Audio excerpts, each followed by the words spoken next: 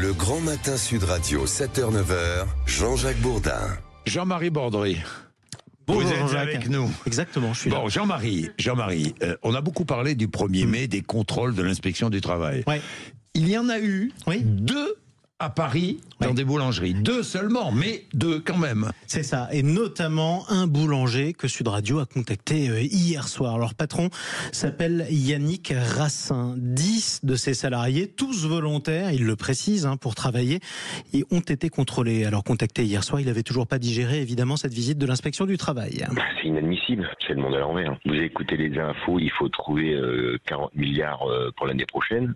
Deuxième sujet, Monsieur Bayrou nous dit qu'on travaille pas assez en France. Troisième sujet, on vous dit que on n'a pas le droit de faire travailler les salariés le 1er mai, les boulangers. Et seuls les employeurs pouvaient travailler dans les boulangeries le 1er mai. Pour Yannick Rassin, évidemment, c'est pas logique. Alors c'est soit tout le monde travaille, soit personne travaille. Mais dans ces cas-là, si personne travaille, il faut plus l'appeler le 1er mai, fête du travail, il faut l'appeler la journée Covid.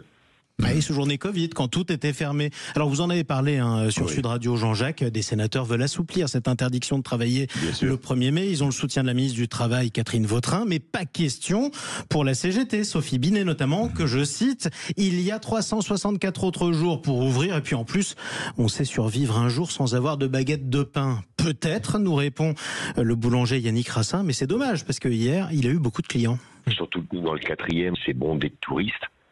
Imaginez qu'est-ce que vous allez dire aux touristes qui viennent à Paris. Aujourd'hui, vous mangez pas de pain, vous mangez pas de viennoiserie, parce que c'était le 1er mai. Les touristes, ils rigolent. Et vous savez qui d'autre il a livré hier ? Non. Avec ses boulangeries ? Non. 2 compagnies de CRS. Eux aussi, ils avaient du travail le 1er mai. Évidemment.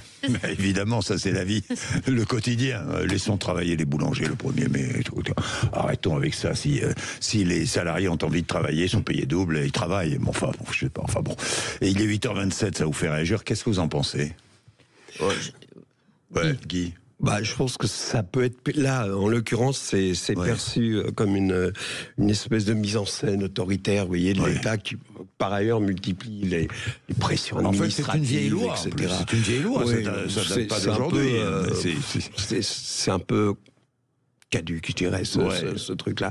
Et évidemment, si c'est pour contrôler la légalité des travailleurs, protéger des salariés forcés de travailler, on voit à quoi je fais référence, bien sûr. Mais sinon, ça n'a pas de sens, ça n'a plus de sens. Les boulangeries étaient un commerce essentiel pendant un Covid, on s'en souvient, donc ils devaient rester ouverts.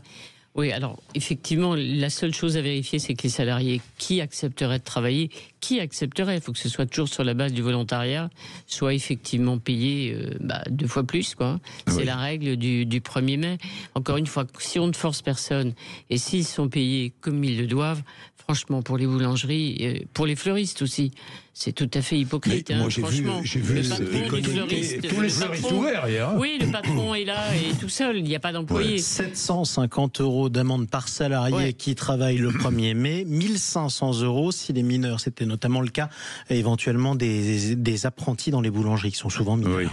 C'est déconnecté des réalités du terrain. Oui, c'est l'inspection du travail. Alors, j'ai posé la question au ministre de l'économie l'autre jour. Et il me dit, mais l'inspection du travail est indépendante, on n'y peut rien. Oui, mais enfin, il faut quand même qu'elle ait 2 minutes de réflexion. Non, mais il faut aussi réfléchir, parce que vous vous souvenez des débats interminables pendant des dizaines d'années, comme on en a le secret en France, sur l'ouverture des magasins le dimanche.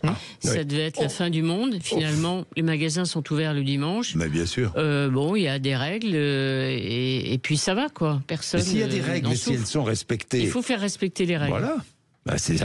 L'inspection du travail doit servir à faire respecter. Arlette a raison, on nous promettait un esclavage, etc. Là, les gens qui travaillent le dimanche le font par choix. Il faut que ce soit par choix. C'est totalement banalisé, donc il faut que ce soit par choix. Il faut encore une fois que les règles soient effectivement respectées. Mais autrement, ça n'a pas été un choc terrible dans la société, franchement. On est bien d'accord, il est 8h30.